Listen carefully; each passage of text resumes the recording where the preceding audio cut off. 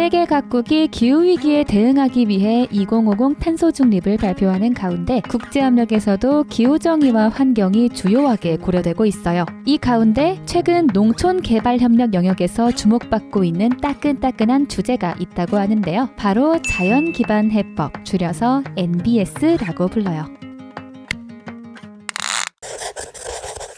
자연기반 해법은 2009년 제15차 UN 기후변화협약 당사국 총회에서 조명받기 시작한 개념이자 골격이에요. 생태계 파괴와 인간의 삶의 질 감소가 연관성이 있다라는 사실을 기반으로 등장하였죠. 어떤 문제를 해결할 때 자연을 보호, 관리, 복원함으로써 해당 문제뿐만 아니라 환경 문제, 특히 기후변화에 대응하고 완화할 수 있도록 하는 방법을 말해요. 탄소 중립 시대인 만큼 개도국뿐만 아니라 선진국에서도 정부를 포함해 각종 주체가 NBS를 활용하고 있고, 이러한 움직임은 ODA에서도 나타나고 있어요. 실제로 NBS는 미국의 국제원조개발처 USAID에서 2022년 발표한 기후전략 중 5가지 주요 원칙 중 하나로 설정되었어요. 그렇다면 NBS가 국제협력 사업에 어떻게 반영되어 진행되고 있을까요?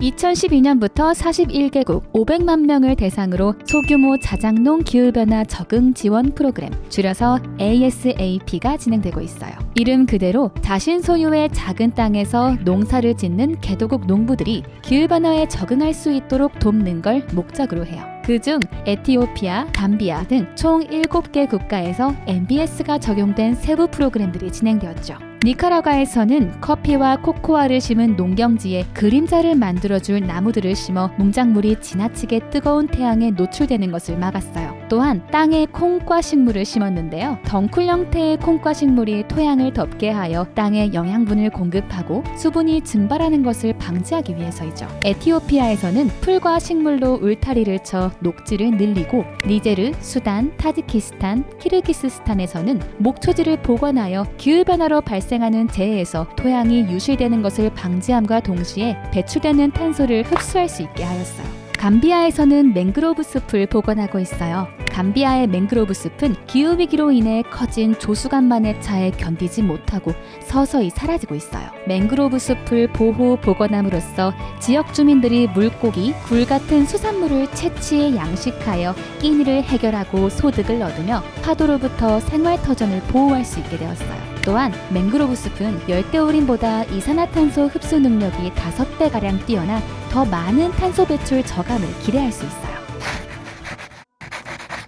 2020년부터 라오스에서는 수도 비엔티안을 포함해 4개 도시에서 축구장 약 2,100개 넓이의 도시 습지와 하천을 복원하고 있어요. 라오스의 도시는 동남아시아에서 홍수에 가장 취약한 지역 중 하나인데요. 실제로 홍수로 인해 GDP의 약 3%, 국가 예산의 약 10%에 달하는 피해를 입고 있죠. 이로 인해 발생하는 홍수 복구 비용을 개인과 가정이 부담하고 있는데, 이는 수해민들의 소득 대부분을 차지할 정도라고 해요. 하지만 기후위기가 심화됨에 따라 홍수가 발생하는 빈도와 그 규모가 점점 늘어나고 있어요. 이를 해결하기 위해 댐이나 둑 같은 기존의 회색 인프라 대신 습지와 도시하천 등 녹색 인프라를 조성하고 있어요. 특히 습지는 숲보다 약 5배, 바다보다 500배 더 많은 이산화탄소를 저장할 수 있다 해요. 또한 수분 저장 능력이 뛰어나 우기엔 넘치는 물을 저장해 두었다가 건기가 되면 머금었던 물을 강으로 천천히 흘려보내는 천연댐 역할을 해요.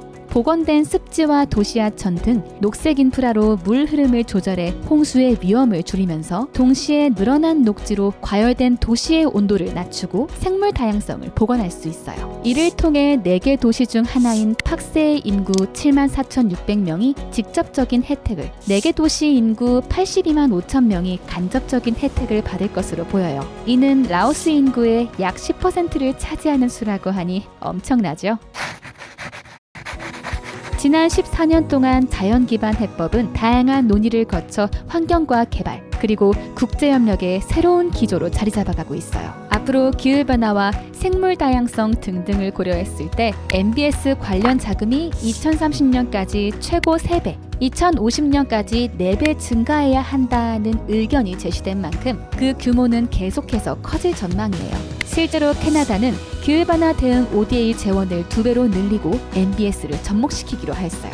앞서 소개한 ASAP 사업은 첫 번째 단계를 마무리하고 2021년에 두 번째 단계를 시작하였어요. 또한 더 많은 소규모 농사꾼들에게 재원이 전달될 수 있도록 ASAP 플러스라는 후속 프로그램을 시작하였죠. ASAP 플러스는 ASAP의 2배인 1,000만 명을 대상으로 하고 있어요.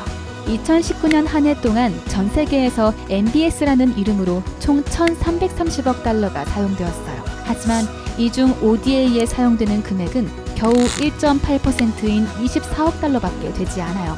소득 증대와 개발, 그리고 기후위기 대응과 탄소 중립은 대립하는 개념이 아니에요.